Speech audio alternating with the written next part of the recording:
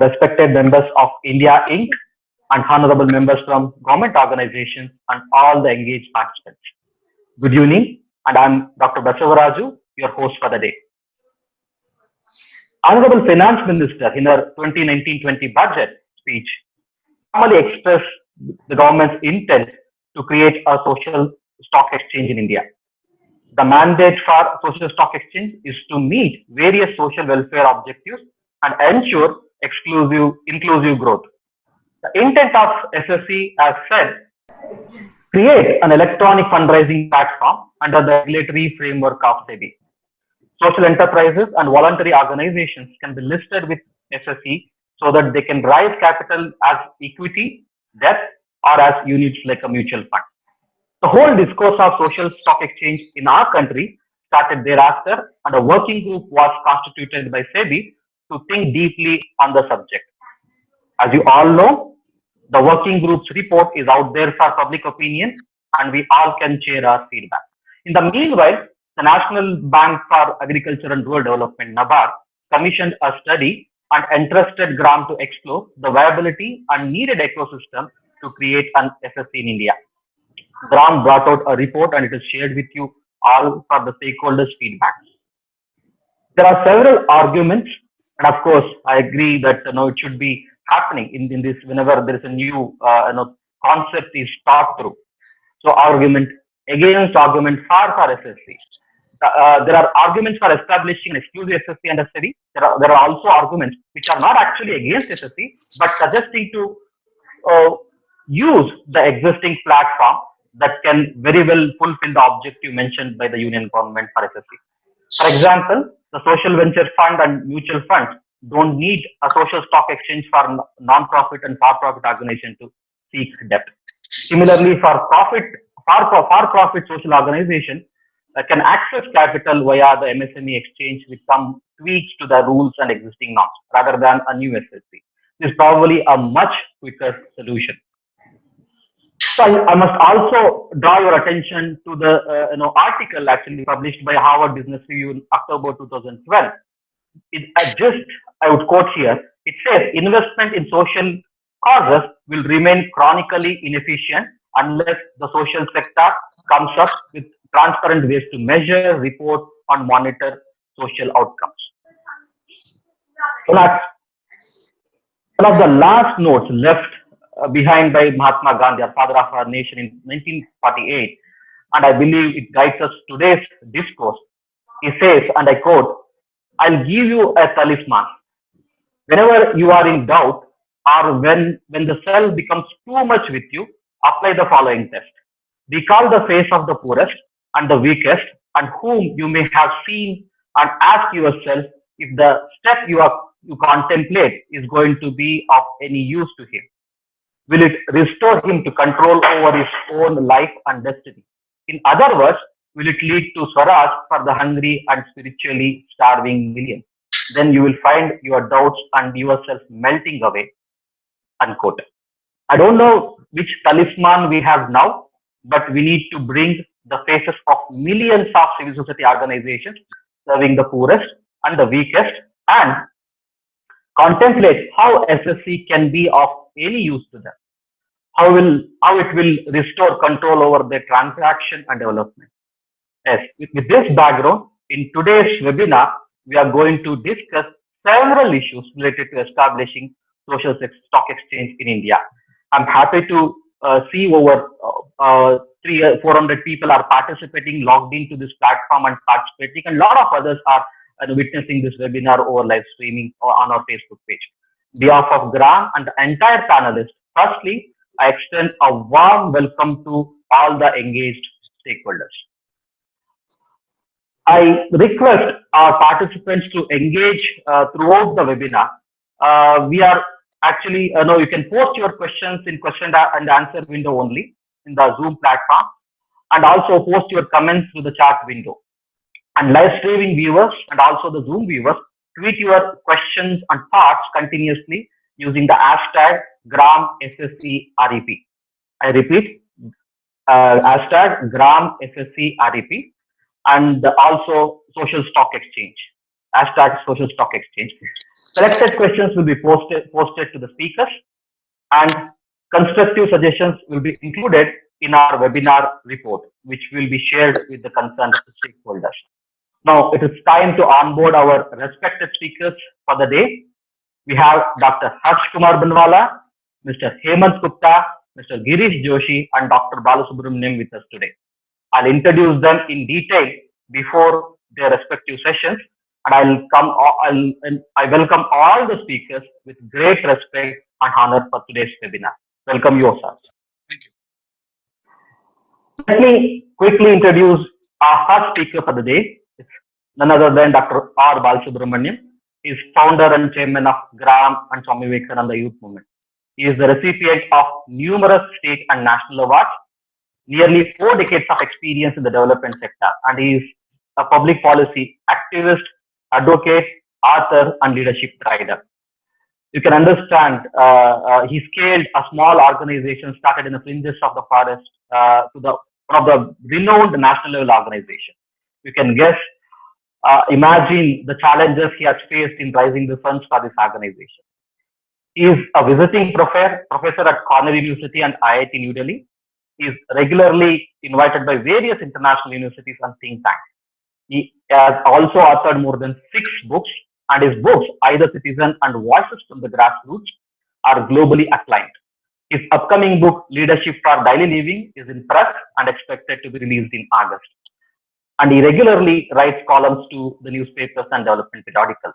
More than anything, for me, is a grassroots person. On a random day, he can be found sitting with a group of indigenous people in their colony wearing a simple dhoti. Only his silver white hair helps us to identify and distinguish him.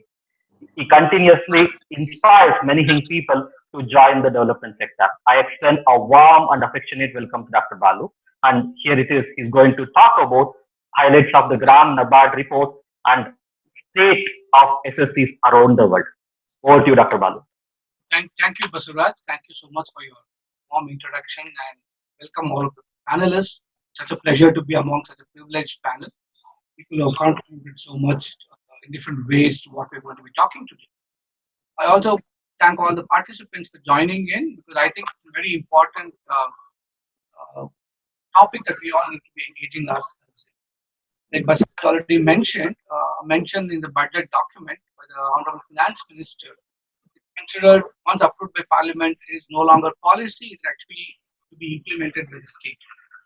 And the intent of the Finance Minister was very clear. She said that the reason for the social stock exchange is to mobilize additional resources for the social sector, especially for NGOs and similar organizations who are actually working for social development. So that being the intent, the announcement was very welcome. And as I will be presenting, all of you will see that why we need to be looking at social stock exchange as a very important platform. And but the concern is coming from the NGO sector. If it is not understood properly, if it is not enabled and utilized properly, then possibly we might all actually end up in trouble. So what I'm going to do is not just talk, but walk into a PowerPoint presentation, outline the entire need for the exchange, the way it evolved, and then also what the when NABARD commissioned GRAAM, we were looking at the stock exchange. So let me clarify: we are looking at creating a social enterprise ecosystem. We feel it's a critical first step before actually a stock exchange can be set up. So that being the intent, how we went about it was what.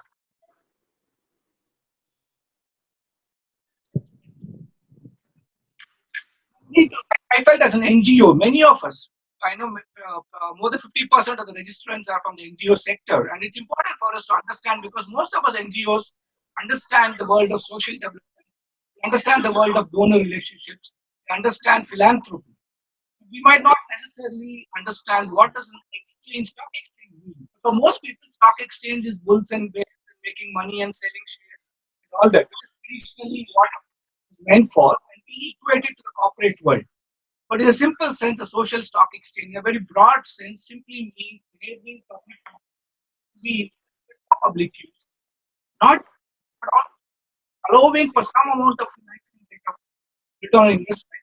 But primacy is going to be the social return of investment. We shouldn't forget that. There has to be a mission centricity for social outcomes and outputs. And I also say that the last 4 to 5 years of my research, understanding social enterprises, social businesses, different words, people call it different locations, and social stock exchanges around the world, I must mention that there is no fully functional social stock exchange anywhere in the world even today.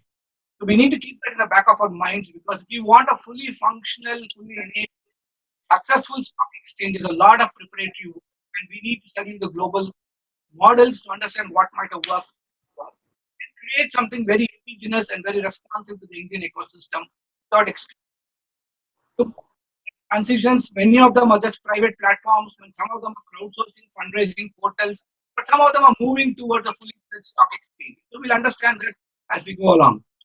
So what does it do? How does it philanthropy?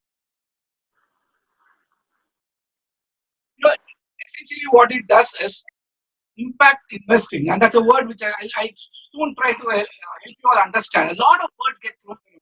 We NGOs, my research shows a lot of financial world jargon too. But essentially, I see a social stock exchange enabling, sort of democratizing development funding. It opens up new avenues. It sort of gets more people to participate. It gets more people, recipients, and more organized, structured. And I don't think of a social stock exchange or this platform as replacing philanthropy. But I mean, we look at impact investing to democratize development funding, but it doesn't in any way replace traditional philanthropy. So any exchange that emerges or comes out of this whole sequence of what we're going to put in place should be keeping this in mind, that it is not a replacement for traditional philanthropy, but it is something more than that. It is going to be actually a different opportunity, a different platform where you can look at positive social impact with varying levels of financial returns. Now, why do we need it now? Why are we even talking about it today? Why didn't we talk about it 5 years ago, 10 years ago, 20 years ago? Why wouldn't we be talking about this 10 years from today? We need to see three distinct patterns. I think my friends in the NGO sector will understand. Typically, governments are now moving away from investments onto the social sector around the world. This is not anything specific to any one country or any government, but around the world, governments are becoming more efficient, thankfully. They're looking at returns. They're looking at running operations which they're good at. So they're selling off their companies. They want to sell off all the Navaratnas and all the Ratnas. And that's right, because that's not their business. So including our own country, where the Prime Minister said more governance and less government. So they are actually concentrating more on making things efficient. And they're also looking at enabling public-private participations in different ways. And they're also pushing private sector to be more socially responsible, like our own country has got a CSR law. The social sector also can no longer say that I'm going to be dependent only on charitable funding and charitable giving. We are all under enormous pressure. People are no longer content with just saying I'm doing good. They ask us, how do you prove you're doing good? And we all have challenges. We can't scale. Funding has been inconsistent. Our funding has not been long drawn. So by the time we create impact, we already closed the project down. So we all go through these challenges. So we are not able to scale. We are not able to sustain our impact, and we need sustained support. Now, private sector also is no longer just a ruthless consumerist machine. A lot of questions are being asked. A lot of investors are asking questions. A lot of consumers are demanding questions, having questions that they demand answers for. And so they're all looking at a transitioning evolution where private sector is now moving towards ESG approaches. They're looking at social commitments. They're looking at what environmental responsibilities they have. They're also looking at the governance frameworks that need to be in place. So all of them are actually evolving in their DNA. And if you see a pattern, they're all moving towards a new emergence of a new entity, which in my world, I would call it a for-benefit entity, which carries the DNA of public commitment in the public sector. It carries the commitment of social development of the social sector, and it also carries the efficiency commitment of the private sector. And so a new sector is also emerging, and it's happening around the world. The for-benefit economy is something which is growing. So we now need to understand that there is a time that has come now when we need to see an evolution of a new approach to what can be societal progress. So it's no longer can be sectorally determined, but maybe the best DNA of all the sectors to create a new fourth sector even. So we are now looking at, I just want all of you to see this slide and understand. Most of us in the social sector, the NGO sector, understand the one end of the spectrum, that is a higher social return of investment, that is traditional philanthropy, right? We all know this. Donations are given to us. Donors ask us how well did you do with my money, and we answer them. But slowly, the last decade has seen enormous transitioning of the donor world also. People started using these words called venture philanthropy, where they said, we want social returns, but we may or may not expect profits. So they were not insisting on profits, but they could also get profits. We have a lot of these platforms running this in India itself, where we have small donors who contribute. We then pass it on to self-help groups and then return it back to the donors, and they possibly share a small rate of return with their investors who may or may not take it back. But still, it slowly transitioned to venture philanthropy. Gradually, if you observe, people started saying that, well, there is some money to be made, and if I ask for money, there might be more efficiency that's coming into the system. So they were okay with sub-market rate of returns. So that's what they called it as socially responsible investing, and that gradually evolved into more fine-tuned instruments as they developed more and more better instruments. They started looking at on-par market rates of return, but they wanted to look for social intent emerging out of it, and that's what people called it as impact investing. But now the world is also using words like sustainable investing, where they're also looking at returns, but they're looking at corporate entities, for-profit entities, looking at ESG commitments, etc. And the other end is the traditional commerce, fully commercial investing, where people only look at financial market rates of return. Now, what did we at GRAAM do? Now, what we did was, and I want to clarify this, we didn't study the social stock exchange in exclusion. Our intent was to see what can be done to set up an ecosystem from a very demand side perspective, coming from the social space and not pretending to be an expert in any way in financial instruments or the exchange proper or into the supply side, the investor side of the game.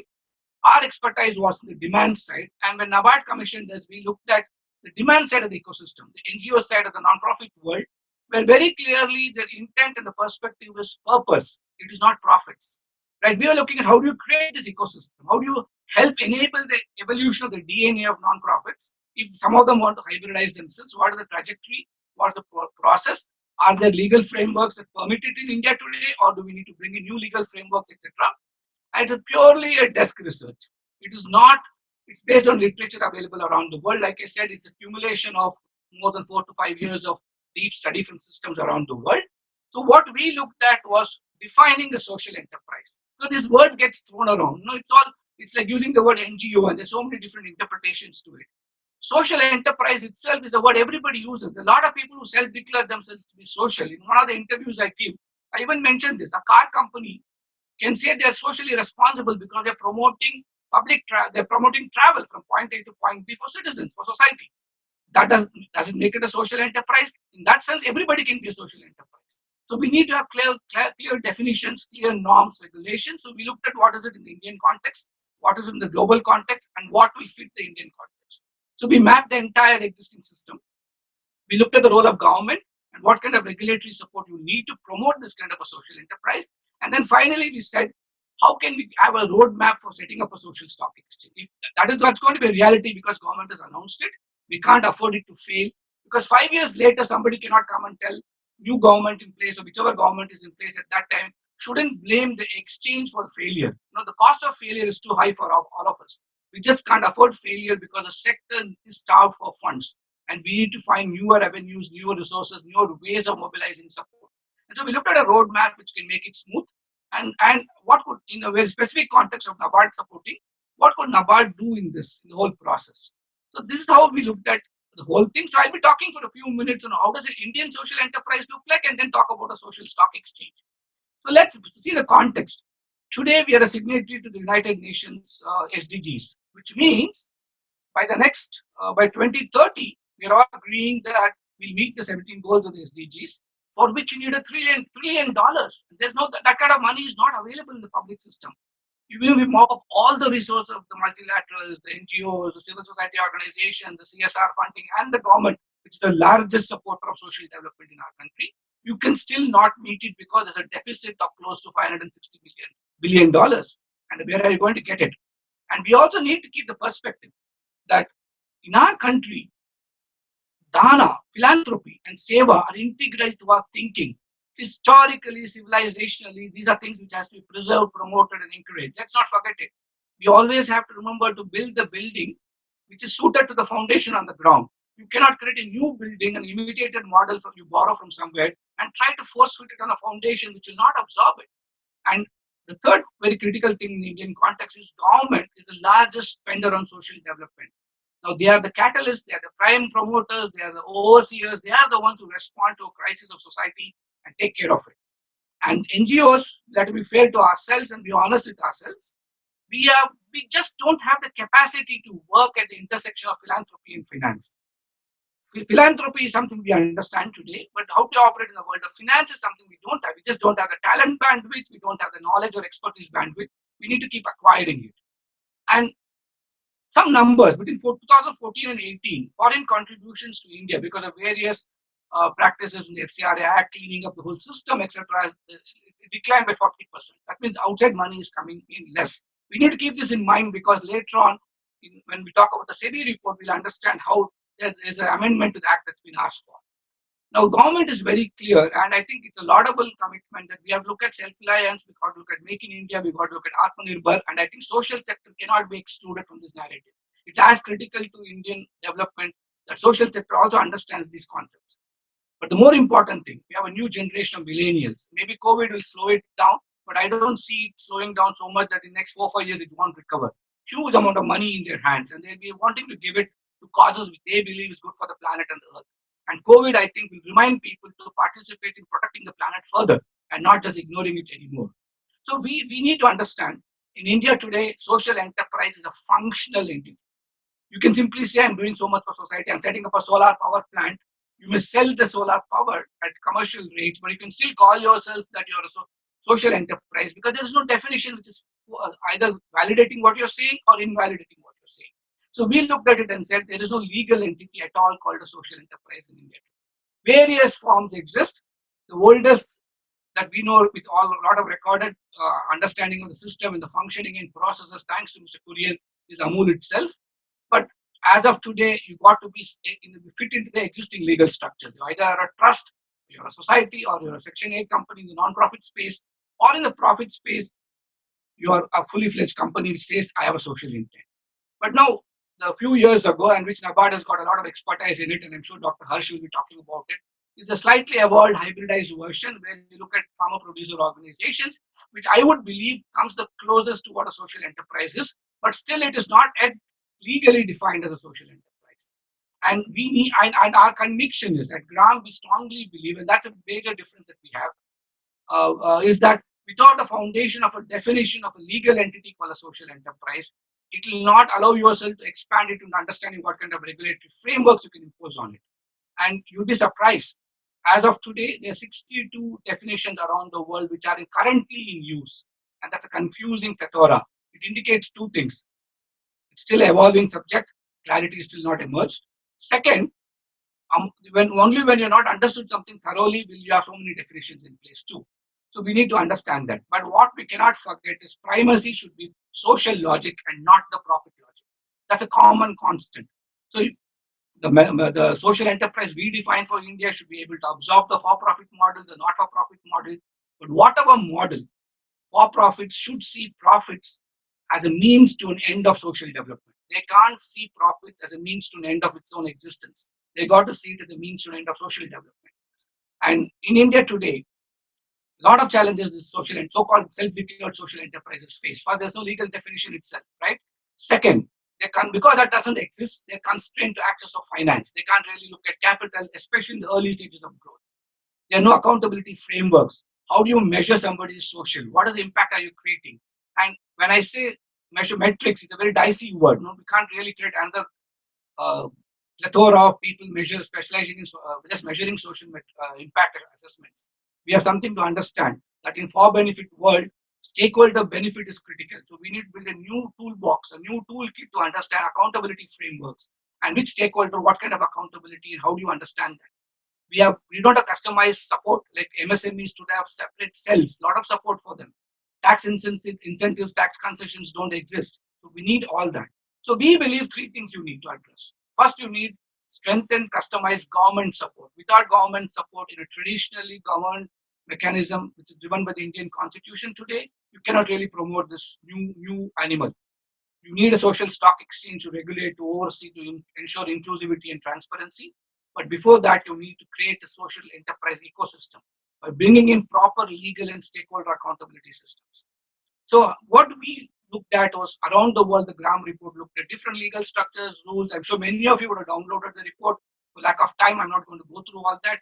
We would like to look at a fourth sector organization that is mission centric, but at the same time adaptive and flexible and can evolve over time. There's no perfect cast in stone social enterprise. It'll all be evolutionary. USA has tried a lot of models. They've tried what is called the B Corp. It's basically a non-profit organization started defining a benefit corporation. It's called a B Corp. And a lot of states passed legislations recognizing the certification of B Corp, and they give them specific tax incentives.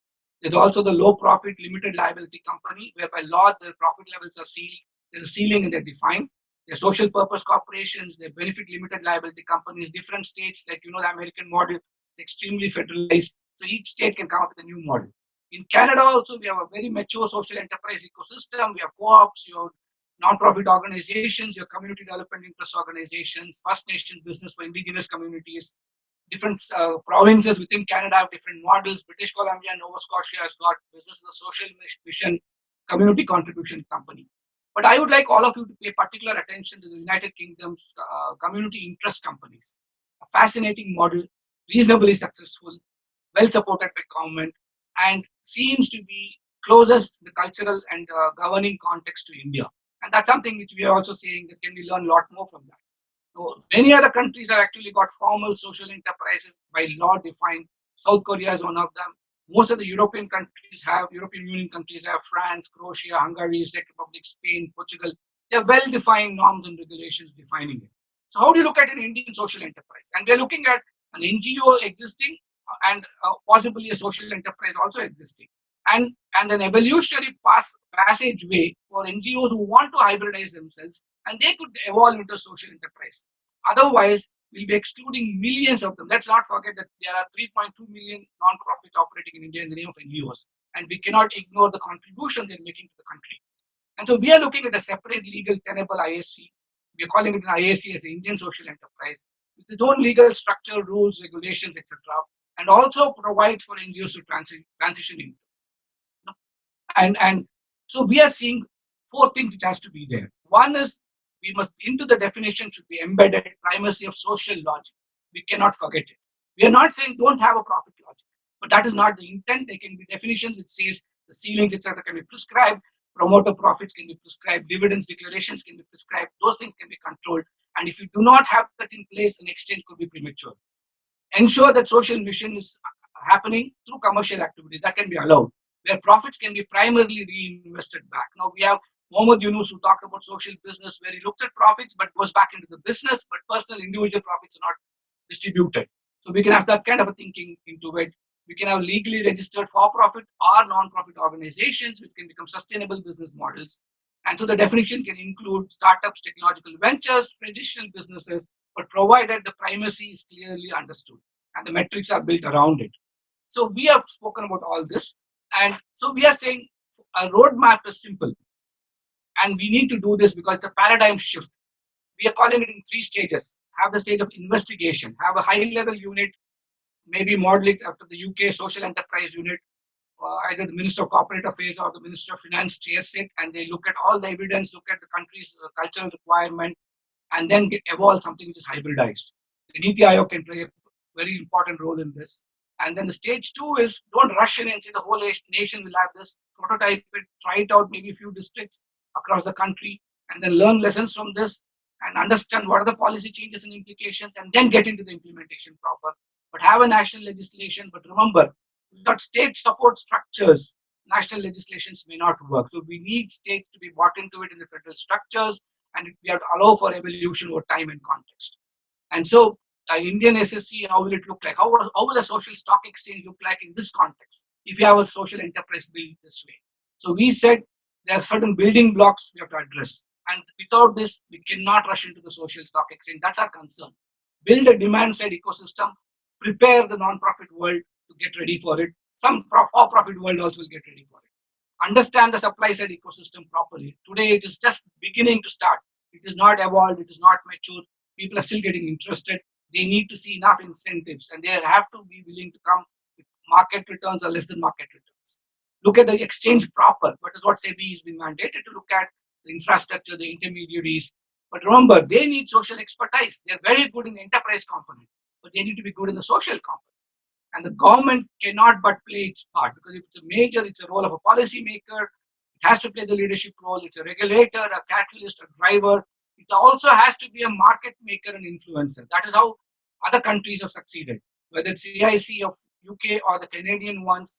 Without the government playing the role of the market maker and influencer, it's very difficult for this to take root and culturally settle down. We need the legal and regulatory frameworks. We may need changes to taxation acts. We may need changes to the FCR Act if necessary. A lot of these things will be needed to be done, but it needs to be done keeping in mind creating level playing fields and not exclusive playing fields for a few people alone. And so this is something which we are trying to do. And what we are suggesting is start off somewhere. And the best place is we have an excellent policy making organization which is now taking deep roots in India for the last 6 years. The Niti Aayog is the nation's policy think tank and they're expected to transform India. And this is a transformational point in Indian social ecosystems. So the Niti Aayog can take the initial leadership role, bring in players like NABARD, the Ministry of Corporate Affairs, the industry bodies like CII and FICCI, SEBI and nationally reputed organizations, get them together. Begin on proper preliminary research, not some short-term rapid research. It needs a lot of understanding of the system. Create the demand side of the ecosystem first. Build a lot of accountability frameworks for the demand side. Prepare them. Prepare the NGOs. Build their capacities. NGOs could be rapidly, could be very, they would be very eager to learn because they're also looking at social impact. They're also looking at sustainability in the long term. Create the supply side ecosystem. Define participants. Identify set guidelines. What are the financial instruments? Don't make it so complex that NGOs can't understand. Understand the disclosure norms. Create the fiscal incentive, the investor protection, because they need protection, right? They need taxation structures to be outlined clearly. Put all this in place and then look at the infrastructure. So we are looking at, in our report, we are suggesting you could look at two kinds of infrastructure. It could either be a freestanding one where the government creates an independent social stock exchange. It doesn't have to be even in the financial capital of India. It could be anywhere that the government desires and feels it will have a maximum reach and impact. It could be embedded in existing exchanges. In India itself, BSE and NSE have a lot of experience having worked with the UN system. I'm sure Girish Joshi will explain all that to us. And so they already have a lot of this kind of preparatory work they've already done. The homework has been done by these agencies. It could be embedded in one of these agencies. We need a good regulator like SEBI. It has got a clear role. It has to be clearly delineated. The governing regulatory frameworks, they are very good at it. They are the ones who should take it forward. We need to define the intermediaries. And more importantly, because it's a new area, we need properly trained, capacity-built independent agencies. Whether it's valuers, whether it's rating agencies, whether it is monitoring evaluation agencies, whether it is accessibility assessors, accountability. I like the word accountability assessors because I see a large number of people who are stakeholders in this benefit economy and just not just social impact measurements. We need to set those standards. We need to measure the data standards. We need to keep evolving that. So all this is part of it. This is just I know this is too small print for you to see, but this is there in our report. The report is freely available. Please download it. This is a report we have shared with the government, with the finance ministry, the prime minister's office. We're trying to tell people that take a look at it, see how it can be done in a way which doesn't allow this to fail. There's too much at stake for all of us, for India's development, for the resurgence of our economy, for the social sector. Because the way things are progressing, COVID has put us in such a mess. 30 to 40% of NGOs may not even exist next year. This kind of challenges, there's so much of competition for funds in different ways. But even there's so many different competitors. So with all that happening, we need to make sure we pull our act together because social development is too important for any one person to claim monopoly over it. All of us have to work together. All of us have to partner. And only then can we look at it. So just a quick review of different ecosystems around the world. I'll just take a couple of minutes. The first thing is in the non-for-profit phase, though they are around 12 to 14 today, I'm only looking at a few which have been long-term. Brazil is one of the first that set up in the world. South Africa has been reasonably okay, but it's not big. It's only for small-time people, and it's mostly for non-profit organizations. So they are in the box where it works for the non-profits. But the other three I'm putting here is basically people who look at the world of either exclusive finance or a combination of both. The UK Stock Exchange, which is embedded in the London Stock Exchange, the UK Social Stock Exchange, it started off with 12 or 13 initial organizations, very rigorous, very demanding in regulatory processes. With all the maturity of UK organizations, they're still not able to onboard themselves. It's only open for profit organizations. They are not open for non-profits. They clearly say that only for-profits can participate. Singapore and Canada is a combination of both their different kinds of instruments. Mauritius has got its own model. It's got bonds for women. It's got exclusive bonds that they offer for the poor, they say. But even then, it's not really transactable. Now, each organization has got its own plus and minuses. For example, what are the investments? And I know the SEBI report has brought in a lot of complex instruments. Sometimes they renamed, I feel, even philanthropy instrument with a nice financial name. I'm sure Hemantji will be able to offer us more guidance on that. But essentially, what has really worked in all these global exchanges are either equity funds, sometimes bonds and loans. Loans are simple with simple interest and capital repayment debt instruments, or many of them are also working in India. Simple crowdsourcing platforms. It could be platforms like Give India, that is there, or various Keto and all these platforms. Simple donations to match your organizations and offer it. So different kinds of instruments that are being offered today. But what are the plus and minuses of these exchanges? We need to learn from them. We don't have to imitate them. So what we look at is, I just want to talk on the limitations, right? UK with 2013, starting off with 12. The major limitation is it's not designed to connect investors to non-profit organization or projects. There's a very high demand of financial returns, and so it may not work for us. Similarly, Canada, there is no secondary market trading. That means imagine, Canada is the most mature of the social stock exchanges in the world. It also started off very early. It's clearly one of the first ever social stock trading exchange, but there's no secondary market trading. So which means even though Canada is the only exchange in the world which offers trading, there's still no secondary market trading. And other exchanges don't even have trading. So we got to really understand the exchange world before we really say that we want it. And then, Singapore, when we can see a lot of things why it has worked, we also need to see what it may be limitations. It is not designed for the small investors. And in India, with a country of 1.3 billion people, we have seen how some corporates in India grew because of small investors. Some of India's success stories of today started off as ability to connect to small investors in the past. And Reliance is a great example of that. So we need to look at those examples and see limitations other exchanges might have. And the last one I want to talk about for today is Brazil. It started off in 2003, the oldest. They're only focused on non-profit sector. They don't look at financial returns. They see themselves as a nationalist development catalyst. They're only for the philanthropy minded. They call themselves an exchange, but they only have limitations in money they raise. And look at it. Every year people apply to it. Just imagine a country as big as Brazil. I bring this example here because a lot of the social sector work is very closely related to the Indian social sector space. 650 applications people make, only 20 projects get chosen. The admission criteria is very rigorous, only 20 are let in. So there is a challenge there too, but it's a very slow growing instrument. It is not for financial returns. So we have a lot of these things. South Africa is also designed for non-profits, no financial returns. And you can go, the equity can be as low as 50 rands. Something we need to look at it. It also looks at crowdsourcing. It's a very low entry cost. There's a sense of ownership to equity participations offered for the investors, but there's no profit motive. So various exchanges, small countries like Jamaica have set up things. But I would like in India, we need to learn from the Thailand example. They took a decade. A decade ago, they spoke about social business, social enterprise. They created an ecosystem very consciously. NGOs evolved over time. They matured along with it. Some of them decided to hybridize themselves. Some of them decided not to do it. The famous condom man who worked a lot in HIV/AIDS set up so many cabbage hotels. That's what he calls them, condom cabbage hotels. And all that, they are pioneers of social businesses. And today they're talking of a social stock exchange.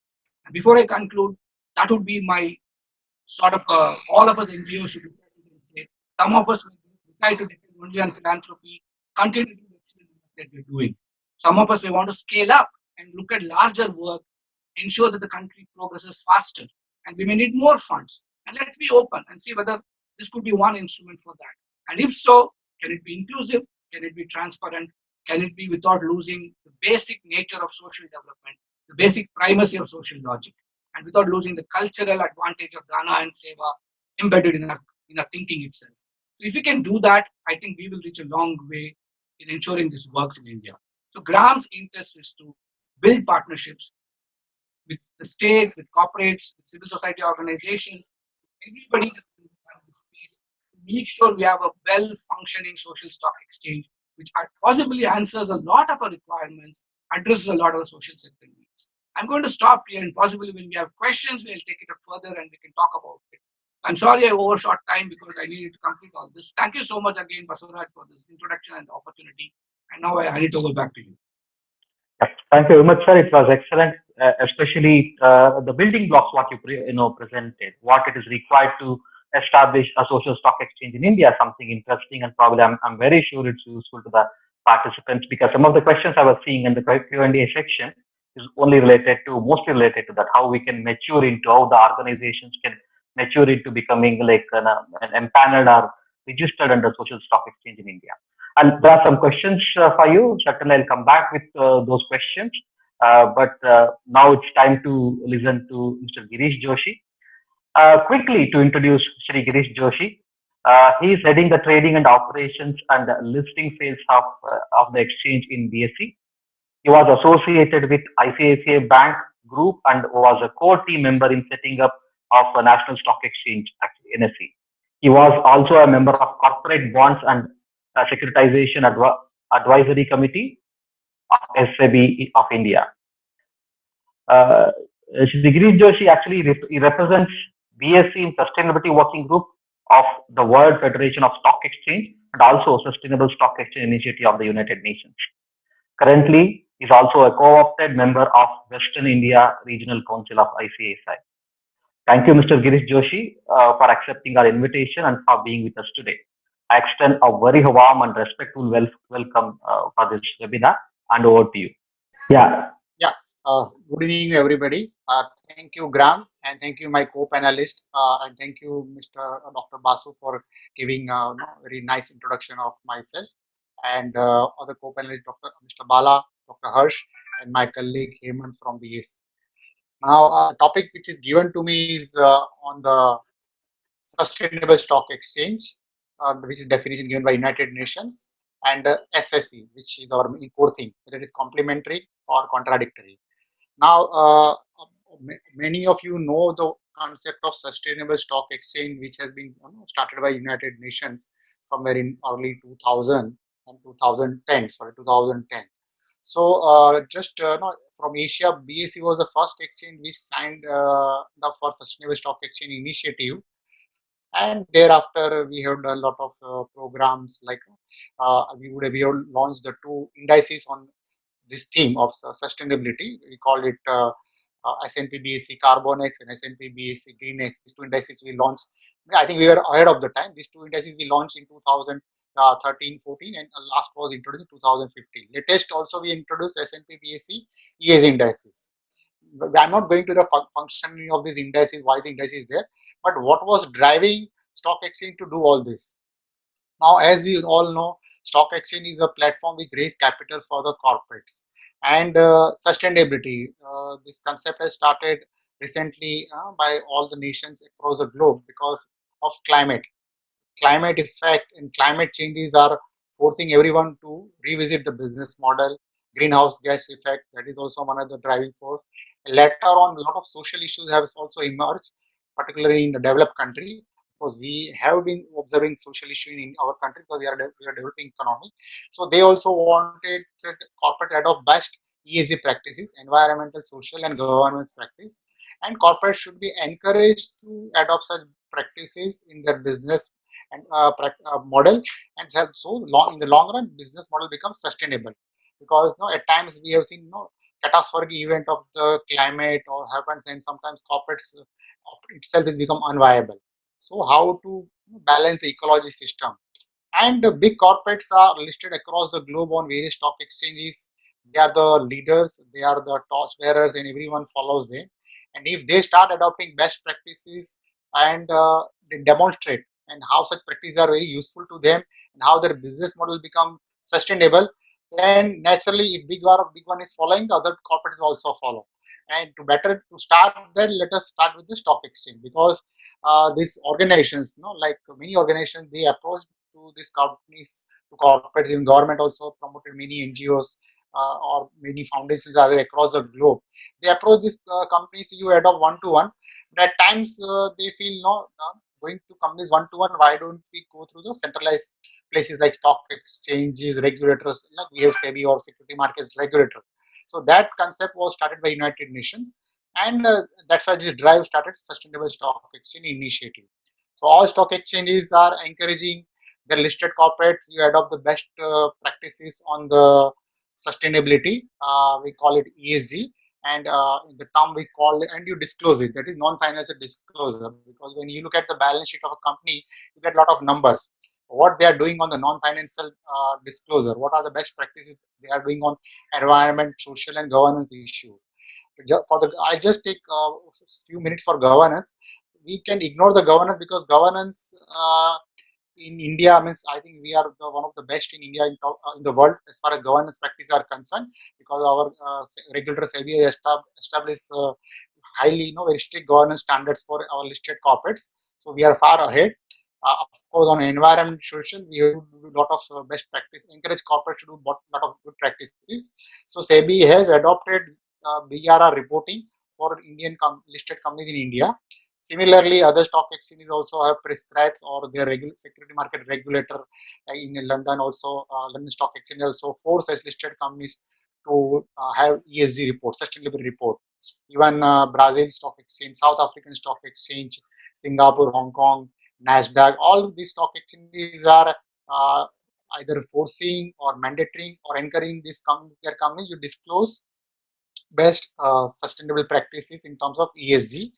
And if these companies are adopting, then long-term effect is that we have better, good planet where we can live happily and comfortably. We don't face situation like COVID, which we are facing. So that is a long-term intention, and it is a slow movement. I would say. A lot of trillions of dollars are because investor plays very critical role as far as this practice is to be adopted by companies, because companies if they adopt start good practices, how they are being rewarded. So naturally, companies which are doing very good ESG practices, naturally investors will put a lot of money, because even if they'll try to, even if their PE means we call it, they pay premium to their PE and they acquire such company because they understand that this company is a good sustainable business model and they can survive in all ups and downs. So, and companies which are not going good, they will be punished and the investor will exit. So this is the another incentive, or this is the way, another way United Nations is telling all stock exchanges like who are member of SSE and WFE the federation, that you also engage with the investors. So in sustainable stock exchange initiative, one part we tell companies you do better ESG disclosure, non-financial disclosure, and engage with the investors and other stakeholders, government agency, NGOs, customers, even try to enforce in your supply chain also. So that's the part on the corporates which stock exchanges are doing. At the same time, we also do engagement with the investors. Here also, I would say globally, the foreign investors or investors, particularly from Europe and some parts from Singapore and Malaysia, or those or Japanese investors, they are very strict about this, and they force companies that you should have better ESG disclosure practices and good sustainable business model. Otherwise, they don't invest in such companies. Of course, in US also, of course, Mr. Bala also explained of one of the example he has shared. So even US also has started adopting their SASB. So every country has its own standard. So investors, now I'm coming to India. So even for India at BSE, we also engage with our domestic investors, big fund houses, insurance companies, institutions, and we tell them that when you do due diligence for the companies, try to select the companies which are doing good ESG disclosures, and that way even pressure comes from domestic institutional investor. We call it buy side. So that way, that is the mandate of all the stock exchange which are signatory to SSE, and even the World Federation of Stock Exchange on Sustainable Stock Exchange Initiative. But all another things which we are doing is we also have come out the guidance document. See, here in India, even if you have observed, when you look at our big listed corporates, So this practice is largely there in top 30 to 50 companies, or maybe it is there up to top 100 companies. But companies below 100, they are not so much enthusiastic about adopting that. I mean, they may be doing consciously or unconsciously, but they don't come out with disclosure practices. What are the ESG practices they are having, and what sort of business model they have, and how their business model will be sustainable. So, in any ups and downs are there, investors are protected. So, the challenge which we are facing, particularly, I would say, all stock exchange from the Asia, that this practices of non-financial disclosure, qualitative, or we call it ESG practices, should be there among the mid-size and other companies, apart from the top 50 to 100 companies. And for that, we have also put ESG guidance document on our website. BSE, as I said earlier, these corporates are also being approached by various NGOs and non-profit organizations on one-to-one, and like GRI is there from which are based in Amsterdam, the Integrated Reporting Council based in London. So they have come out with their own reporting standards. Even recently, Bloomberg has started TCFD disclosure. So that is also initiative of Mr. Bloomberg, and they want companies to adopt best TCFD type of disclosure. So these are one-to-one happening by those organizations with this. But we thought, okay, we also sign up with such entities, like we have done sign up with GRI. Also, we had signed up earlier with CDP, and we engaged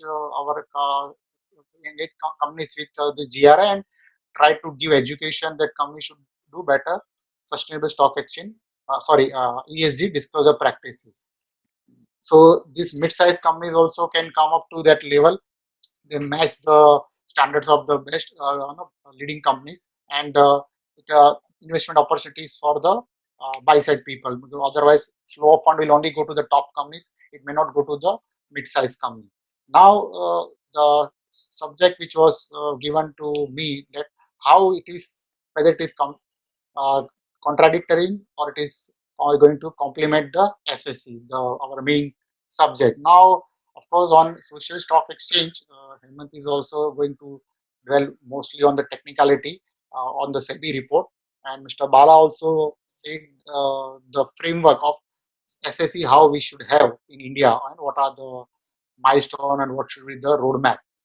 Now, sustainable stock exchange initiative, or even this, I would say, ESG disclosure, sustainable uh, business practices, sustainable business model, which big corporates will have, whether how it will going to have impact on the SSE. And that is the way we have to link logically, because social enterprises, how they will get benefit, whether they'll get any kind of, because as Mr. Bala said that earlier we had charity funding, philanthropic funding, then we came venture capital funding. Now we are coming to impact investing, and the last one is sustainable business model. So he clearly said the roadmap of even social enterprises. Even if you start the journey, your ultimate destination is come to sustainable business model. So your business model itself is sustainable. It generates the revenue, and you raise the money regularly. So how the big corporates or stock exchange practices of which is there for existing listed companies for sustainable business model will help our SSE. So I would say in the, like in my talk, I say supply chain.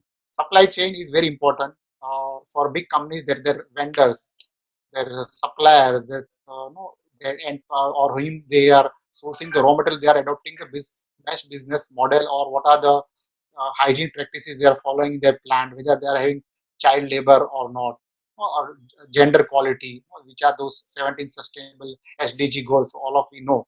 So whether, because these big companies, they are ensuring at their level, but all these vendors to whom they are sourcing, contractors, whether they are doing or not. So here naturally SSE can play a very big role.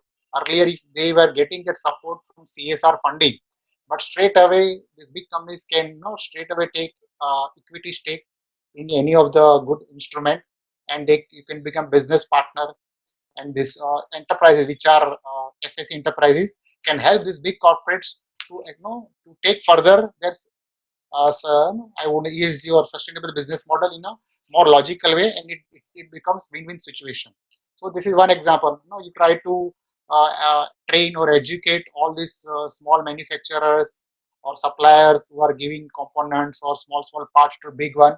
We can go and train them what are the business best practices you can have, so it is less damage to the environment, and so that also gives assurance. Like, I would not say you act as assurance. Some people act as assurance, but if they are being trained and they are their manufacturing or business practice are itself being groomed in such a way, then big corporates have benefit that long term, that my suppliers and vendors are well groomed and there is no problem. And here SSE can act as a business partner. They can invest into their enterprises by way of any of the zero coupon bond or principal bond or bond with very nominal rate of interest. So they become like equity stakeholder, and they can design the revenue model in that way. This is one side. Same thing for gender equality. So if they want to say there shouldn't be child labor or something, all those big things sometimes the big corporates are finding difficult. Of course, they go through the NGO route or they take the route of auditors. They call it assurance people, but that is for their certification. When they give their accounts for non-financial reporting, that is getting weighted by the big, some big firms or any practicing firm or any assurance practice firm. But if they want that, no, it might such business model is more sustainable, so they don't have any problem. Even in their locality where their plants are there, in their factories they are there, if they want their children's of my even casual laborers, they should be well trained, or no, they should have proper quality education. So if they are currently going through CSR route and taking help of any NGO or SSE, straight away they can partnership with them, because the reason is it will be listed enterprise. See, I'm telling again, because if this you are listed enterprise on a stock exchange, and for them it is also good, because if they invest in SSE as a business partner, whether in the form of equity or bond or any other structure, so ultimately they get exit, because if the enterprise start making money, then for them it is also win-win situation. So I would say SSE model would be very, very complementary to the corporates, because the way like CSR funding is happening, but even indirect way this funding will happen through his SSE if they are listed on exchange or whatever. No, because SEBI report is still in the draft stage; it is yet to be implemented. So that way will help this sustainable stock exchange initiative of United Nations, because I've seen India or that has not been. I'm not sure. Mr. Bala would have more how it has been done in other countries, because in our talk, when we have in our regular talk with other stock exchanges, this practice, no one has shared this experience. Experience is coming mainly from the investor side. And again, I'll touch this same thing. Sometimes what happens, this big venture capital fund who are putting money as an impact investing fund, they also take exposure into the big listed corporates. So they try to influence big corporates that if you are I'm putting so much money into your bonds or equities, or you are raising money, naturally you have to also try to support this social enterprises which are there, where we are also put some impact investing fund. So that way you also will create synergy from the same investor who are putting, I would say, who are encouraging best practices on the listed existing corporates. They'll also try to influence these big companies, that those social enterprises for which they are putting, embarking some money as impact investing. They'll say, "Okay, you also do partnership or tie with such, so now I would say social enterprises."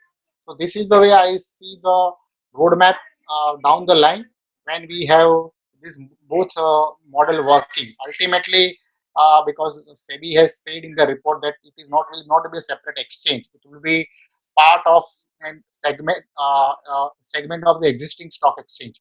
So if both enterprises are listed and investors are tracking their performance or reporting, then you get the I would say it will enable the vouching of the investor.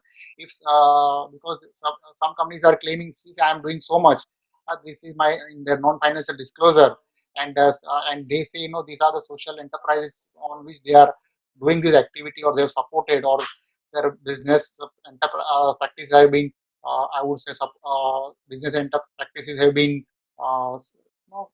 supported, or they are being supported by these social enterprises, then naturally you can look at the social enterprises which are listed on stock exchange and you can vouch and cross check.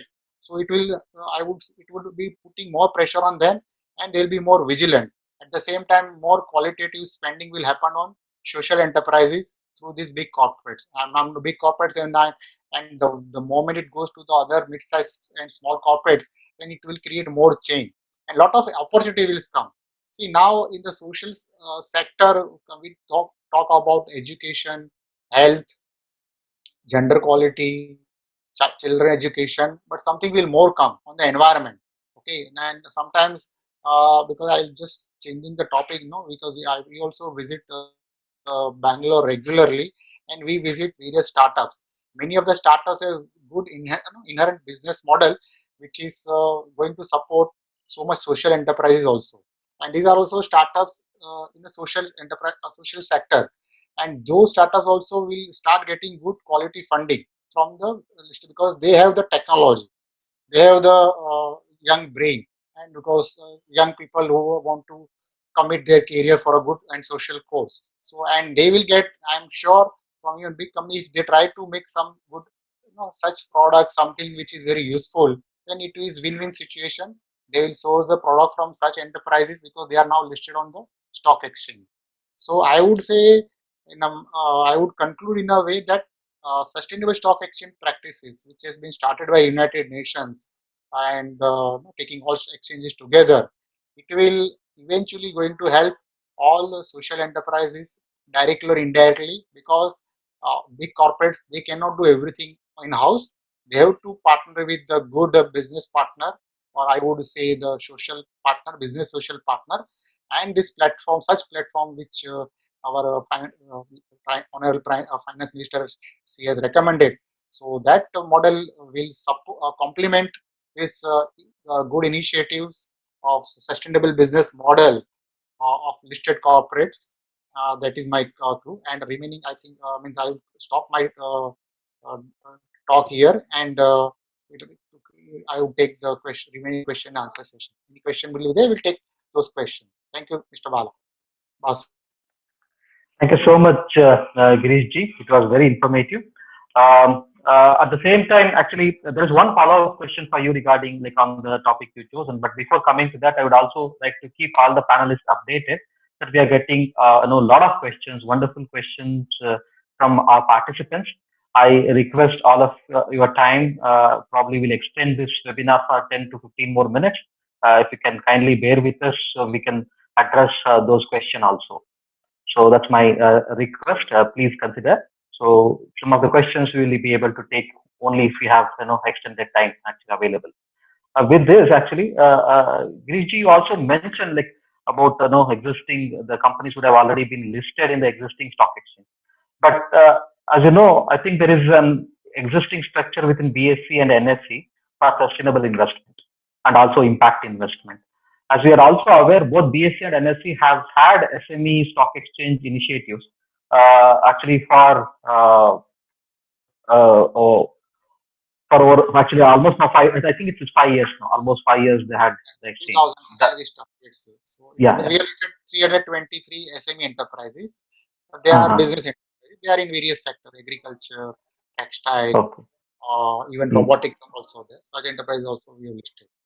Yeah, the NSE also, with its emerged institutional trading platform, the ITP platform, had also attempted to address the startup and emerging companies in the traditional IT and IT-enabled services. Like, what is actually one is the takeaway points and experience from those initiatives for the SSE. Number one. Number two is whether an exclusive stock exchange is required. The social stock exchange, although you said it will be a part of the SEBI, should we need to have an exclusive stock exchange? How it adds value to the existing ecosystem? If you say we want to set up exclusive stock exchange for SSE enterprises, the only thing then regulator, because regulator, who will be regulator? Of course, SEBI will be regulator, but for them you have to duplicate the entire infrastructure, because investors, they are coming to one platform and they have to put the money when they have to cut the checks. At the same time, when company has to raise money, so they also come to one platform, because the stock exchange is already has platform where investors traction is coming for secondary market and for primary market, because many companies come with the IPO bond issue, like Yes Bank bond issue happened, SBI card bond issue happened, public issue happened. So these platforms are already there. So fundraising becomes very easy. If you try to create different infrastructure, and risk management also important thing. And so I would say capital, you to leverage on the existing infrastructure in terms of manpower also, technology also, and it becomes very easy for monitoring and tracking purpose, because disclosure is also there. Like of course, SEBI report is draft report. They have mandated disclosure for profit and non-profit enterprises. What should be the type of disclosure? So everything is you can do at one place. Now your point, if a different stock exchange is there, like what Mr. Bala also said, no, this we should have a totally different way of looking at this. Don't just try to compartmentalize as a segment of one stock exchange.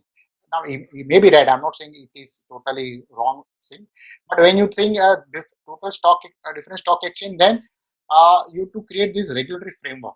This regulatory frame. I will give example. This gift city recently. Now we have formed a separate authority because it's different jurisdiction. So and different rules are there in terms of income tax, stamp duty. A lot of different rules are there. So they have formed a different regulator, and there is one chairman is also recently appointed. The ministry has also announced. So, but this will be housed in India this year. So, if you and this because when Mr. Bala has explained the chart, philanthropic funding to up to this impact. So, this when you have to go through the evolution, it can happen very smoothly and very conveniently if it is done on a it is part of an existing stock exchange, one segment. If you look at the success story of SME on both exchange, it didn't pick up. I would say 2012 to 2015 was very less traction, but it has picked up after 2015. So and then now every year we are listing, I would say across both exchanges, 10 to 15 minimum companies on this stock exchange, and you can do the learning now. Whatever shortcoming in one exchange or one segment, you can try to fine tune that and come to the implement other stock exchange, because which kind of investor you allow. Because in SME also, for example, retail secondary market lot is 1 lakh. So when you say in SSE, if you want secondary market, what should be checks and balances? So those things will be very easy to implement and give investors protection. So that is my view. It will give to the investor, all kind of investors. We'll come. We'll discuss more about that in the Q&A session. Thank you so much. It was very informative. Thanks for sharing your thoughts with us. Thank you so much. Now it's time to listen to Mr. Hemant Gupta. I'll quickly take you all through his brief profile. He's a managing director and CEO of BSC Saman CSR Limited. He actually worked with Citibank for more than 2 decades in various positions. He has done BTech in electronics from IIT Madras and postgraduate in systems and finance from IIM Calcutta. And while actually was working with Citibank, in fact, he held various positions. He handled product management, technology, operations, and internal audit in India as well as in North America. So he is also the member of working group on social stock exchange constituted by SEBI. I'm sure we are going to get more information about the SEBI's report and actually how the entire ecosystem is going to be beneficial for the development sector in India. I must also mention that he is very passionate towards the civil society organization. It's well known, and he was indeed like a representative of civil society organization in the SEBI working group on SSE, which is otherwise just represented by just one civil society organization in that working committee. He accepted our invitation, and despite his busy schedule, is here with us today. Over to Shri Hemant Gupta. Welcome once again, and thank you for being with us. And it's your platform. So first of all, thank you, Dr. Basu, Ram, Dr. Basu, for having me. It's an honor to be talking to the audience here. And what I thought I'll do is actually take a couple of steps backward and talk about why a social stock exchange and why do you need a social stock exchange. And the second is to also try and talk about what the working committee discussed as far as the social enterprise, going back to the discussion Dr. Balu was having. So let's talk about why do we need a social stock exchange. Now, Girish alluded to this when he spoke about the ecosystem that gets created around a social stock exchange. The three things, to my mind, apart from technology, that a stock exchange brings. One is viability, which means that if an investor is buying shares, he is assured that when he pays his money, he will get his share. Similarly, when an investor is selling his shares, he is assured that he will get his money when he delivers the shares. The second thing a stock exchange does is it is inclusive, which means that as long as I'm able to provide the right documentation, the KYC documentation, and as long as I have the adequate qualifications that are required as an investor, anybody can invest. Right? It's not uh, restricted to a certain number of people or certain class of people. And the third thing that a stock exchange provides is liquidity, which is that whenever I want to sell my share, there is a high probability of somebody being there to buy my share. Right? And similarly, of course, it depends on the nature of the company, the size of the company, etc. Right? But the ecosystem exists. So the structure that a stock exchange brings, the reliability, the dependability that a stock exchange brings, today does not exist in the social development ecosystem. So therefore, in order to make social development investing, and I'm loosely using the word investing. Investing, I'm not saying, going back to Dr. Balu's discussion, not necessarily for a financial return, it could be for a social return also. The attempt was to bring the same level of discipline to social development investing so that the investors are more comfortable in becoming a part of that journey. Right? And to my mind, for that to happen, the social stock exchange has to provide adequate transparency. It has to be inclusive. And inclusive, I mean both on the supply side and on the demand side. And also, it has to uh, provide liquidity. Now, I also want to spend a couple of minutes talking about what is the demand side and what is the supply side, typically in a stock exchange. So I'm going to use the analogy of let's say a shopkeeper. Right? I, as a customer,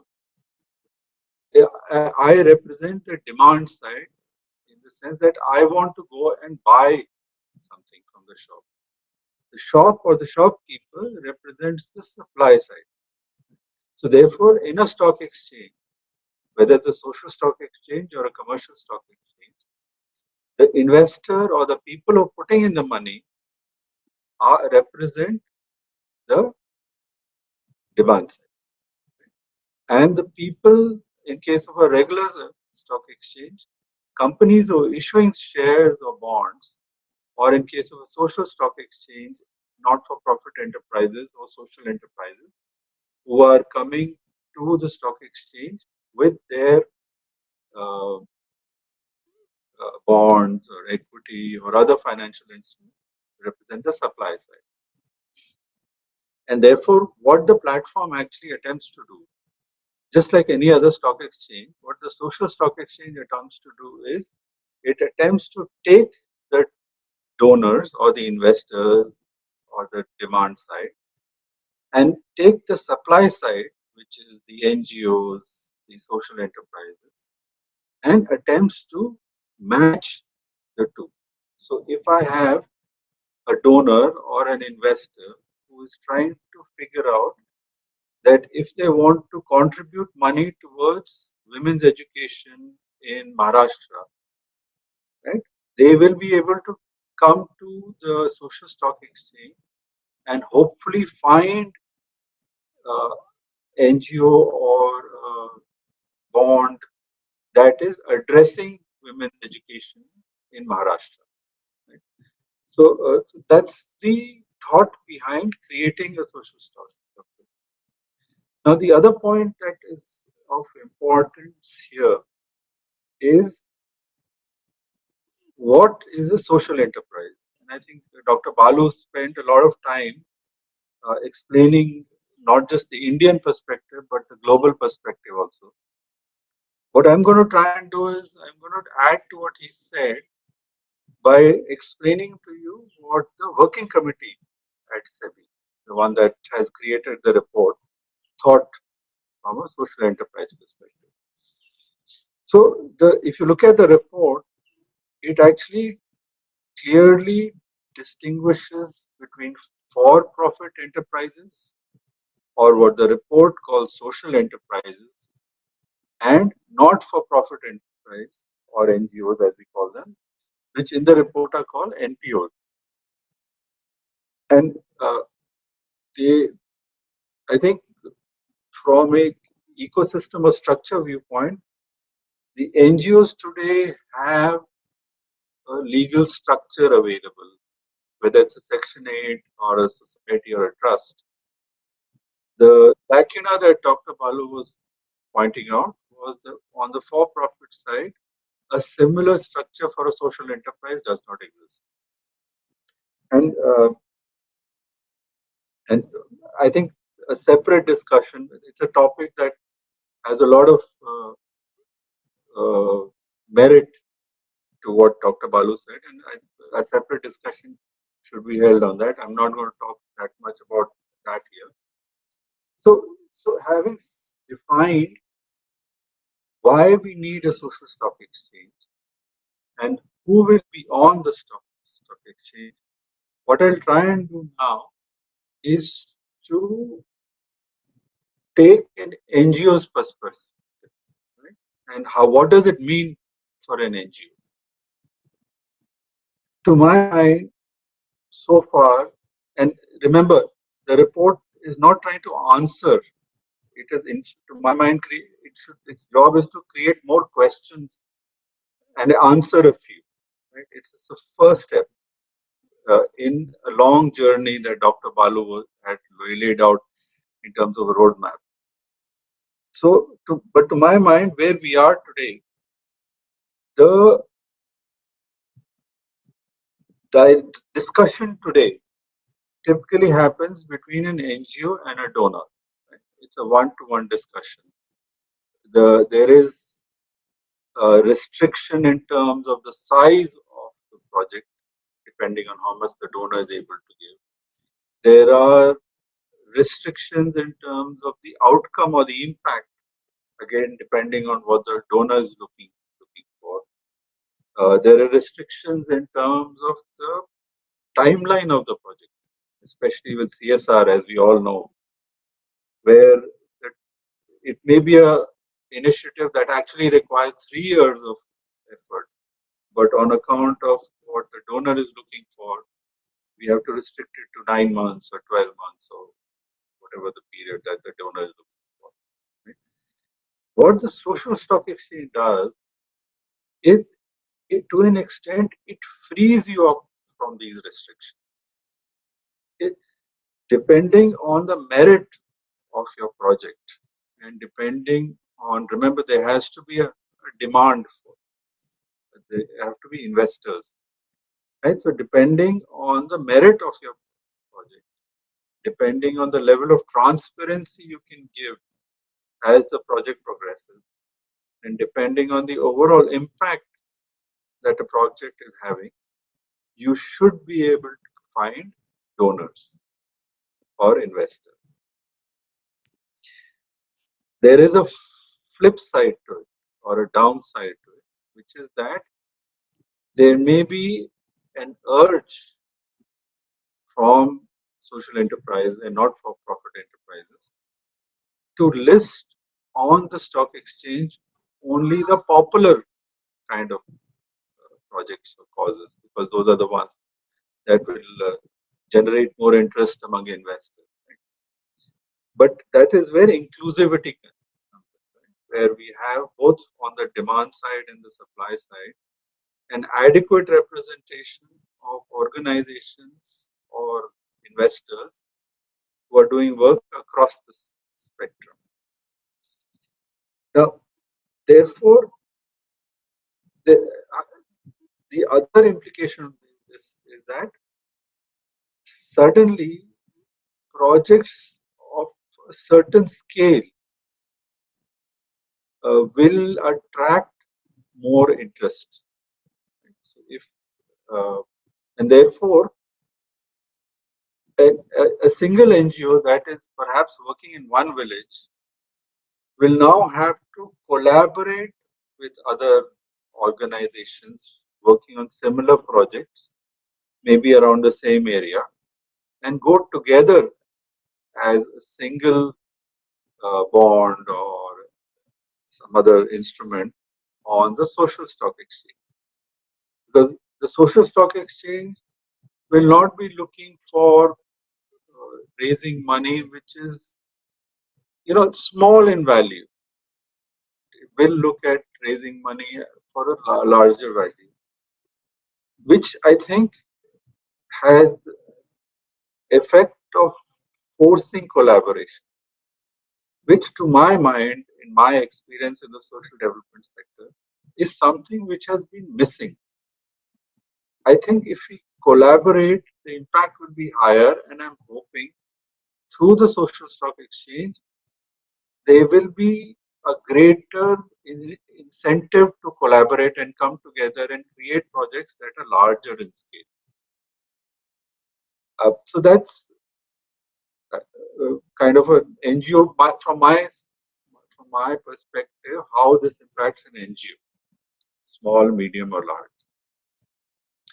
And I do want to spend just 2 more minutes on what I think the next steps will be from a social stock exchange perspective. One is that clearly the final report has to come out once all the comments are incorporated.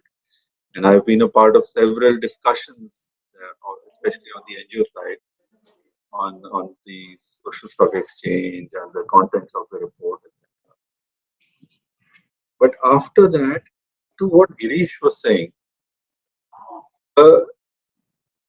it would make sense for me to the social exchange to get housed in an existing exchange structure. Right? You do not have to build it from scratch. There already are rules, policies, procedures, systems that exist that should help us to create the social stock exchange much faster than if we had to do it from scratch. And in the interest of keeping a balance, it perhaps does make sense for us to have two social stock exchanges, BSE and NSE. Right? Beyond that, I think it is easier for a for-profit enterprise or a social enterprise to become listed on a social stock exchange, because at the end of the day, that enterprise is giving a financial return, and therefore they can issue equity, they can issue bonds which have an interest rate, which may be a nominal interest rate, but they can still issue bonds. The challenge comes when you come to the not-for-profit organization, which is where the committee actually spend a lot of time deliberating. At the end, there are complex financial instruments such as social impact bonds or social development bonds that have been created that do allow NGOs to raise funds from investors who are looking for a financial return. And then, of course, the concept of a zero coupon, zero principal bond, which is a grant or a donation, in other words. I'm also hoping, and going back to my earlier collaboration point, I'm also hoping that this will result in greater number of campaigns getting created around themes, which span geographies, which include small, medium, and large NGOs. And the one last comment, I'm also hoping, and this is one thing that I have been pushing personally, that the larger NGOs in this country step up to the plate and actually try and encourage the smaller NGOs and the medium-sized NGOs to understand what this means for them and to help them take advantage of the platform that is getting created. Right? Yeah. So that's kind of where I'm coming from. I think I probably should go open for question and answers now. Yeah. Thank you, Hemanji. It was very informative. Of course, there are questions. I'm also seeing questions related to like how it's going to help small organization at the grassroots, as well as the concept you said, the zero coupon and zero principal. Is it? It's in a way, it's nothing but a donations actually, which is already existing in the philanthropy and NGO sector. We'll come to those questions, but it's now time to bring in Harsh Kumar Banwala ji for the discussion. So I welcome Dr. Harsh Kumar Banwala for this session. He's going to speak to us on how NABARD as an existing social enterprise promotion ecosystem can play a role in the context of SSE in the present milieu. So as we all know, Dr. Banwala is actually former chairman of NABARD, former executive director of Infrastructure Finance Company Limited, IIFCL India, and also served as its IMD for nearly 6 months. He spearheaded the development of credit enhancement initiative and worked as a senior vice president of L&M Fresh Water Limited. And I must also mention actually here that it was actually in his leadership, the study on roadmap of a social enterprise ecosystem as a precursor for SSE was commissioned in India, and we got an opportunity to work with NABARD. I extend a very hearty and affectionate welcome to Dr. Banwala. Sir, over to you to speak on how NABARD's existing social enterprise promotion ecosystem can play a role in the context of SSE. Thank you. Thank you straight away to you, Dr. Saab. And it has been really heartening to listen to all the people coming from various backgrounds. Somebody talking about from social perspective across countries and a roadmap, Dr. Bala, and concern for NGOs in terms of 3 factors when you conceive a stock exchange: reliability, inclusiveness, and liquidity. As also dimensions of shared platforms, strengths that which Mr. Joshi was giving. I have 6 things to share with you. I will not repeat what has been said. First of all, every society has some problems, and we have to solve those problems. And that is how the impact gets created. Every society which has problems needs solutions, needs finance, needs organization. So these 3 things require exchange of, they require an exchange mechanism of money, ideas, information, which brings in technology, which brings in platforms, etc. We also know that the social problems have got a lot of variability from one region to another. In a country like India, with our experience, I can say where the -40° and +49° exists. So the problems are quite different from one region to another. So what weightage to which impact parameter? So this defining the entire story of impact measurement, which is a base for a refinement in finance flow to either the NGO sector, non-profit, or the enterprise, social enterprise, which is sustainable and for bit of profit. This requires a thorough understanding of how do we define impact. And also, health would never have been perceived as an important dimension as it is being felt now during COVID days. So the sense of extent of deprivation in society also defines to some extent what will be the impact and when. So this evolution of impact measurement parameters is a regular phenomenon. I think we need credible entities who can measure impact, and that's how the refinement in funding can happen. That's what was conveyed by the last speaker. Second point which I'm going to say is, which Dr. Balu was also trying to say, NABARD has worked with almost 4,000 FPOs, NGOs, and has close to more than 3,500 FPOs also they've formed.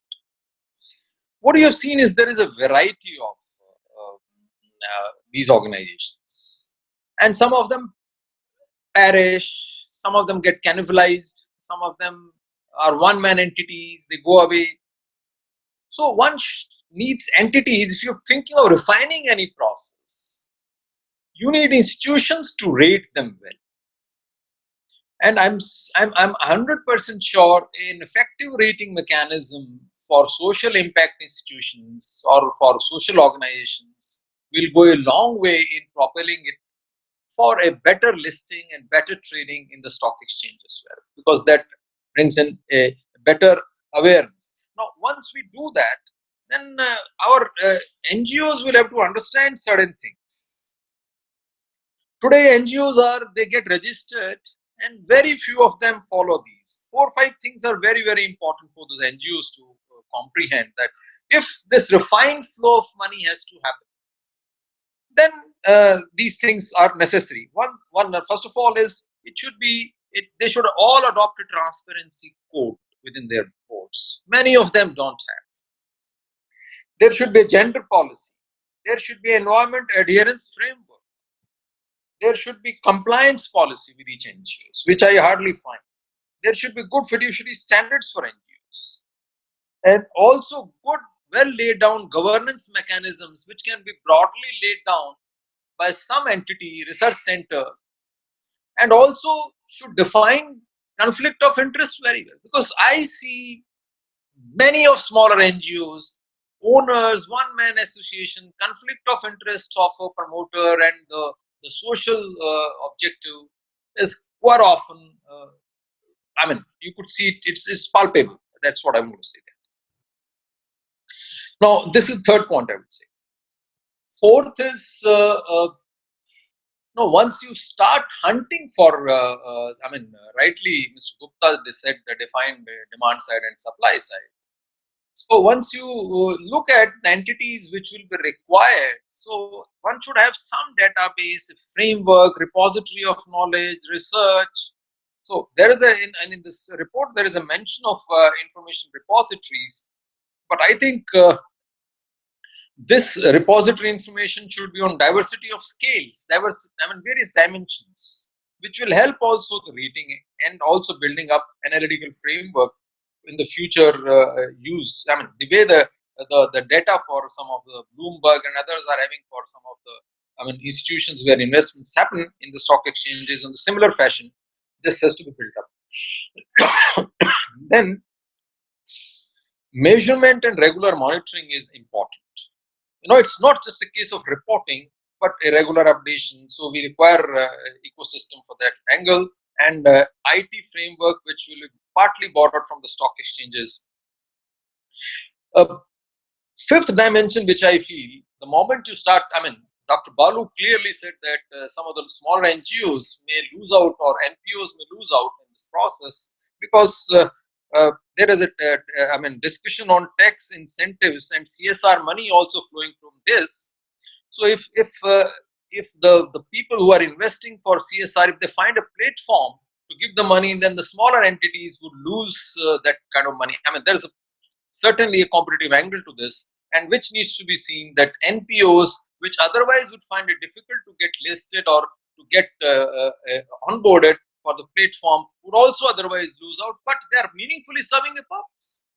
Even if you look at 40 years, Dr. Balu's institution, when he started with passion, impact, and hardly anybody would have come. I'm sure Dr. Balu will vouch for it. And subsequently, now it is grown, listed, and all the money will flow. So, if all the available money, Kitty, starts flowing towards a refined system, so we have to look at it. That's what the report says, the SEBI report says. I think it should be, the way we define the priority sector in the banks, something should be reserved for the smaller NGOs or certain impact dimensions which are otherwise not being covered and which require appropriate action at the society level. Next one, I feel, next dimension which I feel from based on the experience I feel is the NGOs or the social organizations leave out very few, 8-10 of them, bigger ones. They have a high HR turnover. They have they lack the regular capacity building within their own staff because of the poor resource base, and they have poor financial knowledge, and also the salary structure, etc., is not that they can retain people for a long time. And grant flow, it happens during COVID times with larger CSR money going towards one particular source or various other sources. The smaller people, who started their own efforts, have lost out in the entire process. So I think there is requirement for capacity building, hand holding, a regular capacity building for NGOs towards this newer system. So reporting, monitoring, database building and capacity building, unless it takes care and exclusion of non-common, avoiding, let me not say exclusion, avoiding the non-competitiveness vis-a-vis the bigger ones. And also some entities should come forward for pooling of demand, I would say. There should be, rightly somebody said that, the speaker before me, smaller demands need to be brought together. As also, the way we have suggested lowering the trading benchmarks even for commodities in the commodity exchange, so that the FPOs can also trade, smaller FPOs can also trade. I think 1,000 tons was the lot size earlier. So similarly, that can also be defined, but certainly some kind of pooling of mechanism needs to be developed. Now, from NABARD side, let me say that in the end, I would also mention, because I was given 10 minutes, I'll stick to 10 minutes itself. We have been the promoters of MCX as well as NCDX. I think we would, although I don't represent NABARD, when I started this initiative with GRAAM, I was a chairman of NABARD, and I was having that intent in mind, that in some stage, in some form, if the interests are taken care of, and it's a reasonable proposition, NABARD may consider, the present management may look at that, of partnering in some kind of display, a social stock exchange coming up. We have from NABARD side been involved in impact funding, including AgTech, venture funding, etc. One of our own funds, along with also by contributing to some other funds, NABARD has got this exposure. We have partnered with almost all the big corporate houses, not by borrowing money, for CSR activities in terms of various our own developmental projects that we run. They come and partner with us, so we know how the CSR funding and what are the reporting parameters and what nuances do they want, and how transparency and monitoring mechanisms need to be built. I think that will be helpful. We have been involved. NABARD has been one of the pioneer institutions among the top 20 in the world and pioneer in the country to get accreditation from Green Climate Fund for our environmental work. I think the future will have a lot of emphasis on environment, and I think NABARD also has, significant partnerships with states, bilateral and multilateral entities. We are exclusively funding various infrastructure projects with the states. I think any impact creation would require law and order situation to be in order, as also there is a necessity for I would say that infrastructure be placed. So we are closely involved in many rural areas for infrastructure building. Now, we also are very,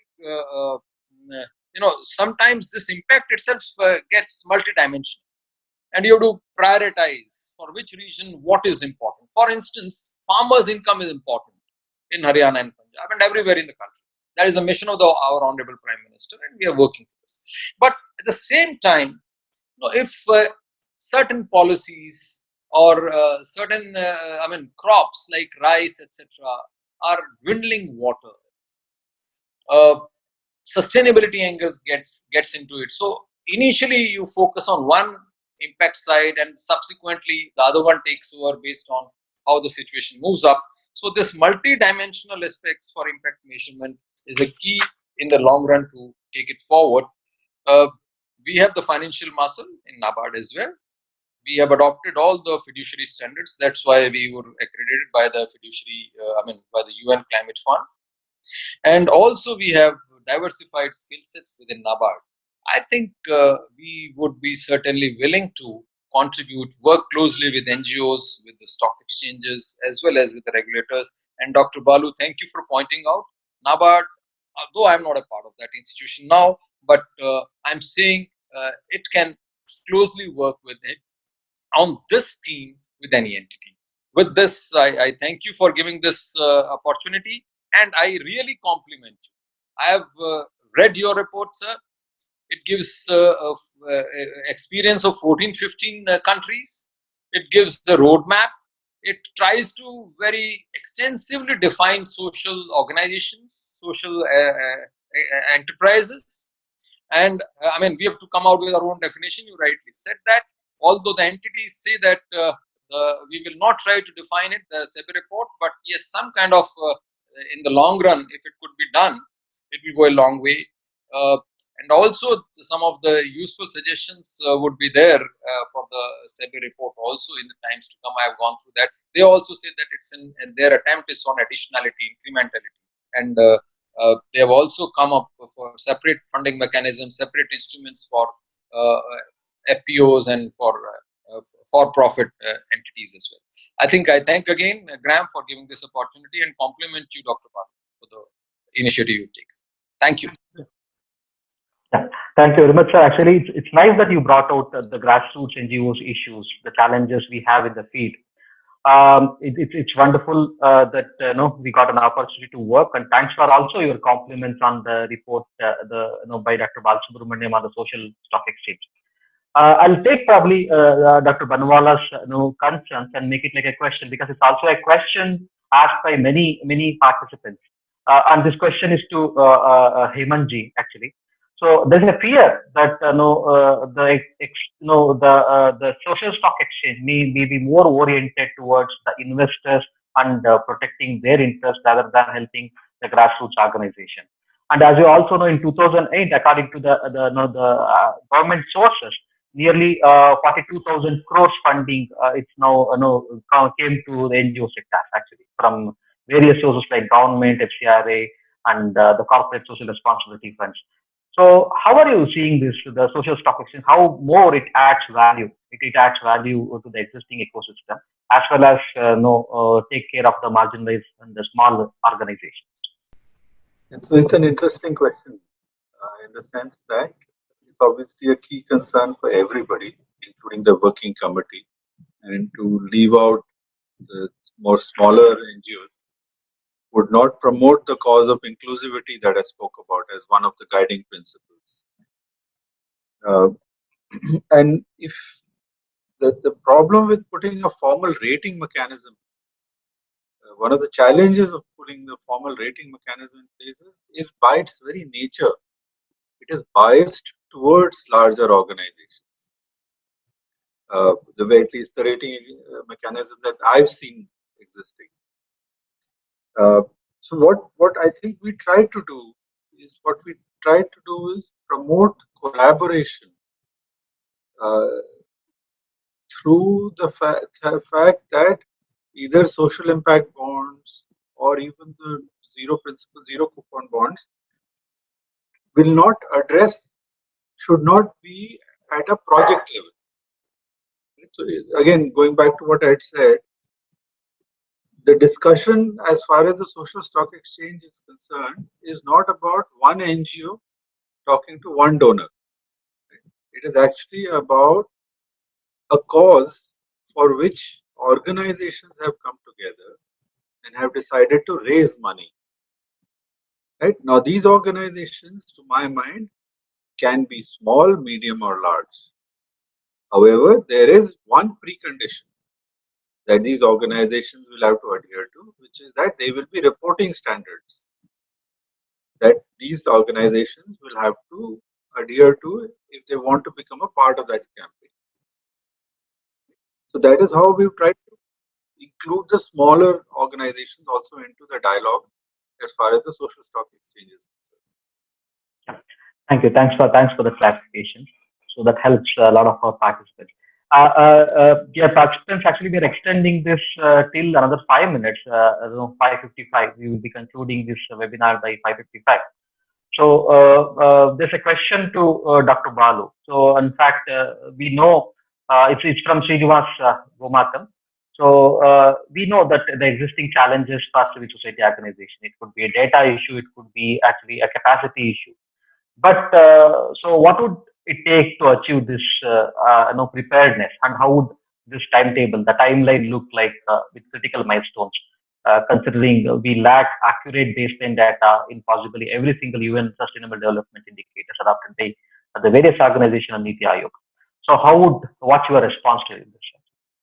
If you want an honest response, that's why I constantly maintain that if you really want to make a effective stock exchange, I'm not even talking about a fully functional stock exchange, I'm talking about an effective stock exchange, it will take, and just to clarify, when I say demand side of the ecosystem, I mean to say organizations have a demand for funds. This is the NGO side of the ecosystem. It will take them, they're all inspired and they're passionate about what they're doing. Many of us, when we start our work, we don't go with instruments of measurement in mind when we decide what to do.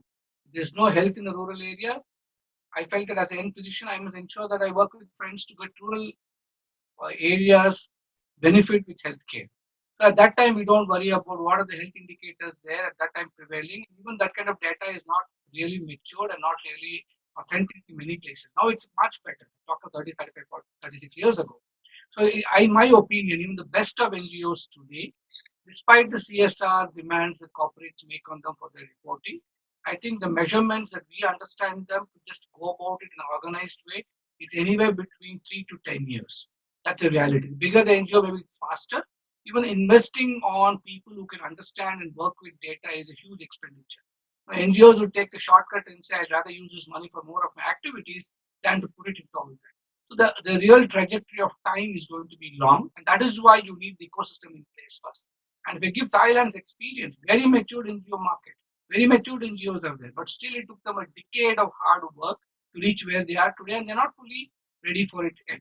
So my belief is it's work in progress. You can't wait till then. That's a call. It can't be sequential. It has to be together.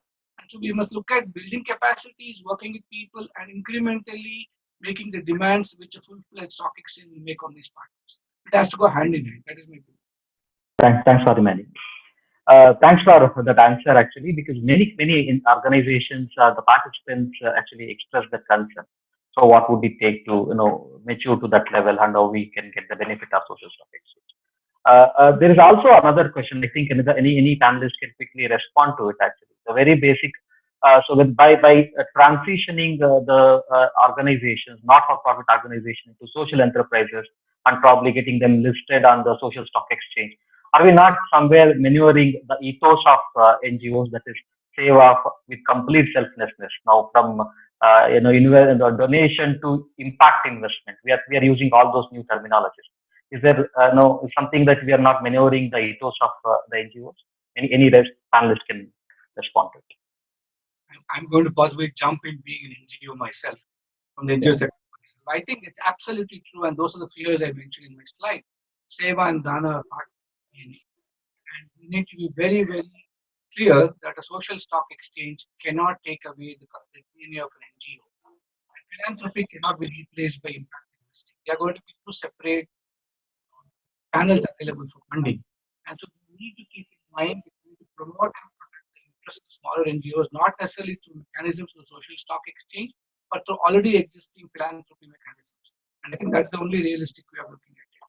So my belief and concern is that we cannot and should not believe that the social stock exchange will solve all the problems of NGOs and their funding. A lot of challenges of NGOs are ecosystem driven, advocating for NGOs. And we are having a lot of challenges in what needs to be done for NGOs. It has to be done in a very, very comprehensive understanding of the challenges they're facing. Funding is just one challenge. Let's not think that NGOs are not able to do what they can do best only because they don't have money. There are a lot of challenges, and unless we work on all of them from the NGO perspective, that sector has got a lot to face ahead. The next decade is going to be a challenging one. Yeah. Oh, one last question to either Girish ji or Hemant ji can take this question, and after that I'm going to hand over the platform to Dr. Balu for the closing remarks.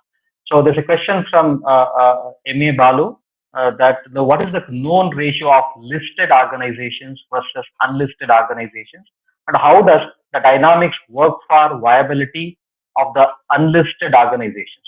This is with respect to the for-profit world. I would like to see for profit. We have so many unlisted organizations also. It's not like if you are for profit, then you have to be listed. It is not there. You still have many very large corporates. They are not listed. Even many large corporates which are listed, they want to go unlisted space. So that is a different way. So just because you are for profit doesn't mean you have to be listed. You can still get the money if your business model is good. Like Dr. Bala said, no, that depending on that. So there are many people who are willing to cut checks even if you are not listed. Listed is given that let's say no incentive to the entrepreneur or founder or promoter that he has put some capital, then he is getting some upside. What the question was that no, NGOs are not for profit. That is very well.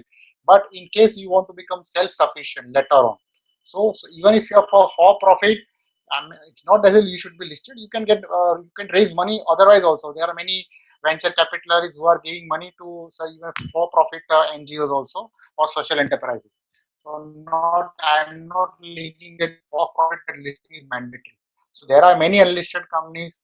If you look at the Ministry of Corporate Affairs database, we have more than 8 lakh companies, around 8 lakh companies. Listed companies across both exchanges are hardly 5,000. So there are many unlisted companies. And many are big one and profitable, reputed. Of course, they are commercial enterprises. So even for social cause, for profit, you can be unlisted also.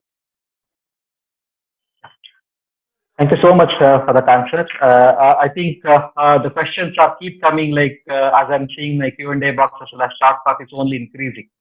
I don't know whether we have time to take all these questions, but we'll sincerely try to get some of the important questions answered by our panelists. I think I have know your concurrence to share that all the panelists concurrence. So we'll get them post to the panelists and get the answers. Or as you all know, it's an era of web series. So why not we have a webinar series to a sequel of this webinar to have answers to answer some of these questions. So I'll leave it to the participants and audience. We based on your response, based on the way you engage for next 1 week, we explore whether we can go with the sequel of this. So with this, word to Dr. Balu, and once again thanks to all the panelists, all the participants. I'm very sorry we extended time. We had to do that because there were a lot of questions. So thanks for your encouragement. Thanks for accepting GRAAM's invitation and sparing your time. Thank you so much. Over to Dr. Balu. Thank you, Basaraj, and once again thank all the panelists. I know Dr. Harsh had to leave. I'm going to quickly wrap up in 2 minutes, and I'm going to try to answer some questions specifically also pointed to me. But let me make it very, very clear. SEBI is a working group. SEBI is not a social stock exchange. Let's not lose sight of that. The social stock exchange is a government policy which has been given in the policy document, and they will be setting it up. And what mechanism, we really don't know. It's supposed to be given to SEBI to set it up. So the working group is just a working group framing the rules and regulations. And we all have an opportunity to contribute to the working group's work. Till the August 15, they've given us time to respond to it. So please visit the SEBI website, look at the document in the public domain, and respond to whatever we as NGOs think matters to us. I think it's important. SEBI needs to hear the voices that matter. Second is, the exchange is not already operational. Some of you wanted to know how do we get registered in it. It's not operational. You have to wait for all the details. The next point is measurable impact is important. But impact is not just the way things are being defined today. Today, the world is moving towards accountability frameworks under which social impact measurement is one of them. So let's not get boiled down into only social impact measurements, but let's look at the larger subset of how benefits get distributed, how value gets created, how accountability gets framed, and how does each person report on that. So we got to be bigger. Small NGOs at the grassroots level are going to be a problem for them. They're going to suffer unless we continue to look at philanthropy in the traditional mechanisms. Definitely, my personal view is currently the ecosystem is to favor Section 8 companies. Now, let's be very, very clear. It's a dicey game. I know many players where Section 8 companies are seen as avenues or channels for regular companies to put their money and park it for some time. There are various things that we've all seen. There's some extremely very good Section 8 companies also. I think if you look at the website, there's something like 4,000, 4,300 of them already. There's so many of them, but let's not lose sight of the fact that Section 8 companies by themselves may not be able to change the scenario. They may be just another instrument for change. And we need to look at it and say that they may not be the only ones who can do it. And the informational repository, as recommended by SEBI, are GuideStar, Credibility Alliance, and possibly Darpan. Now, even Darpan, with the government initiative of Niti Aayog, has only got 93,000 NGOs listed on them. NGOs are finding it difficult even to get listed on Darpan. How will they get listed on a social stock exchange? Long way for us to go. Now, CBI report to the court talks of 3.2 million NGOs. If you only have 93,000 listed on the Darpan site, and if they are going to be the information repository for future consideration, in one stroke, you're already eliminating 3.1 million NGOs. We need to be very, very conscious about all this. If SDGs have to happen by 2030, the practicality is all of us have to work together. But if you have to prepare ourselves for a social stock exchange, 2030 will come and go by, and it's important. And one question was wonderful. Can we say panchayats and municipalities can be included? Absolutely, yes. I am for a strong votary of urban local and rural local bodies to be part of, to be seen as social enterprises. The moment they get into that thinking and framework and they also start accessing funds, I think development in India will change. And one other question to finally conclude all this, GRAAM report only talking of global experience, is there no Indian experience? Again, let me clarify. We have mentioned a lot about Indian experiences. The challenge in India is lack of legal definition. What do you pick as a social enterprise? How do you leave out somebody? How do you pick somebody? And India doesn't have a social stock exchange ecosystem. And that is why we have brought in other models where legal frameworks have been defined. So you can only compare when something is defined. So we believe definition is the first stage. How you want to define it is to be left to, that's what we recommend, a ministerial committee headed by a minister with all experts in it to look at it. That's the most practical way in Indian institutional framework. Now, we as an NGO, and coming from the NGO sector, feel social stock exchange is an important milestone in India's development and resurgence. We cannot let go of this opportunity. We can't sit back and be armchair critics either. We need to participate in this ecosystem. We need to engage, but we also need to remember that we should be participants in fashioning the ecosystem, not in being recipients of the ecosystem as presented to us. So SEBI report is important, but it's important to engage and correct it if there are problems with it. We have to make our voices heard, and we'll be ready to give you this platform where all of us can come together, join hands, make our voices heard for the collective good of this country, and to ensure that the NGO sector is preserved and strengthened, along with maybe another instrument called the social enterprise. So the more the merrier for our development. Let's all not forget that more than 50% of the funds required for social change in this country is missing. Huge deficit. And how do you meet this deficit? All of us have to think about it. Now, final word I want to say, just because we don't actually create financial wealth doesn't mean that we are not important to this country. NGOs create enormous wealth. It's just that the wealth we create is not measured. I give this example, the migrant crisis that we saw recently after the lockdown. I think we as NGOs stood up to the entire challenge of it, and it could be bearable because of the extraordinary work several hundreds of NGOs across the country did. Would they have the capacity to raise funds? Would they have the capacity to get listed? I really can't answer that question. But what I believe is NGO strength is real. We nearly employ, we are possibly a very large employer in this country. We generate so much of wealth, but we're not measured it because social wealth is never really measured again. So we need to look at all this and make sure that this ecosystem of social structures for an NGO is preserved and protected as much as we welcome and open to a new enterprise emerging, and then see how that can also flourish. Finally, development is a partnership game. It is not a game where one of us can get up and say we did it ourselves. Government, private sector, the public sector, and the citizens have to come together, and together is what the difference can be made. And let's hope that togetherness is what will make the SDG attainable by 2030. So thank you all once again. It was a great and a wonderful time, great participation. We know we're not answered all your questions. It's a beginning, and GRAAM will keep you posted. We'll try to reach out to as many people to get the answers put together and come back to you, because we have all your email IDs, and we'll definitely do that. So thanks again for everybody and the entire GRAAM team who worked several hours to make this possible, behind the screens, ahead of the screens. And again, I thank all the participants, all the and NABARD for giving us the opportunity to come up with the report. Thank you all. Thank you.